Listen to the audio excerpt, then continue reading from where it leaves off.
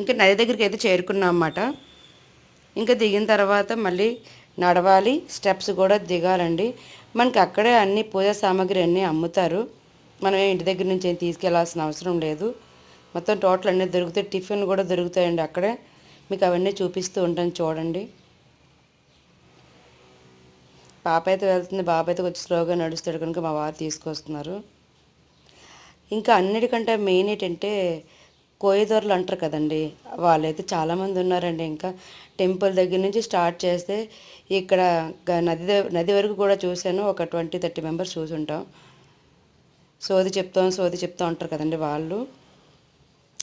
ఇంకా పాపని అయితే ఫస్ట్ స్నానం చేయిస్తా అని చెప్పి తీసుకెళ్ళారు, నదిలో ఉంచడానికి అయితే వెళ్ళారు.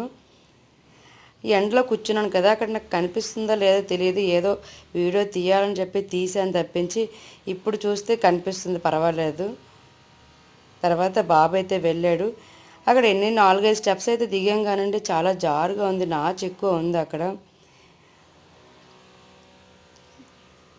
ఇంకా అక్కడే అందరూ పూజలన్నీ అక్కడే చేసేసుకుంటారు కదా. నాకైతే చాలా భయం అండి. దిగిన తర్వాత తెలిసింది చాలా నాచు ఉంది, నేను భయపడుతున్నాను వద్దని చెప్పేసి. మా వారు ఏం కాదు పర్వాలేదులే పట్టుకొని చెయ్యి అంటున్నారు. చూడటానికి ఏమో ఏమి కాదనిపిస్తుంది కదా, అక్కడ దిగిన తర్వాత తెలుస్తుందని అసలు కాలు కిందన పెట్టాలన్నా కూడా చాలా భయం వేస్తుంది. జాగ్రత్త పడిపోతాం అని చెప్పేసి భయం వేసింది. ఇంకా నేనైతే దిగలేను, ఎందుకంటే ఆ 2-3 స్టెప్స్ దిగాను కానీ మిగతా స్టెప్స్ దిగలేనండి, బాగా నాచుందని చెప్పి ఇంకా తన్నే వెళ్ళమని చెప్పాను. ఇంకా తను పాప అయితే వెళ్ళారన్నమాట. ఇంకా చూడండి అవతల సైడ్ పెడుతున్నారు మా వారే.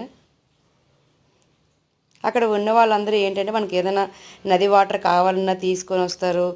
ఏవైనా పడేసిన వాళ్ళు కింద నుంచి వాళ్ళ దాంట్లో పెట్టుకున్నారు. చూడండి కొబ్బరి చెప్పలు అన్నీ ఉన్నాయన్నమాట. ఇంకా స్నానాలు అయిపోయి అందరూను డ్రెస్సులు కూడా చేంజ్ చేసుకున్నాం. ఇంకా కుంకుమ ఒకటి తెచ్చుకున్నానులేండి, ఏం పెట్టుకోలేదు. దువ్విన అంటే స్నానం చేద్దాం అని అనుకోలేదు అనమాట.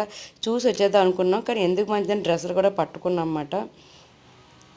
ఇంకా అందరూ పాతాళ గంగలోకి స్నానం చేస్తే మంచిది అని చెప్పేసి అన్నారని చెప్పేసి వెళ్ళామన్నమాట. ఇంకా రూపాయికి వస్తే దగ్గర రావడానికి కూడా మళ్ళీ రిటర్న్ కూడా నడవాలి కదండి, నడవాలి, మెట్లు ఎక్కాలి.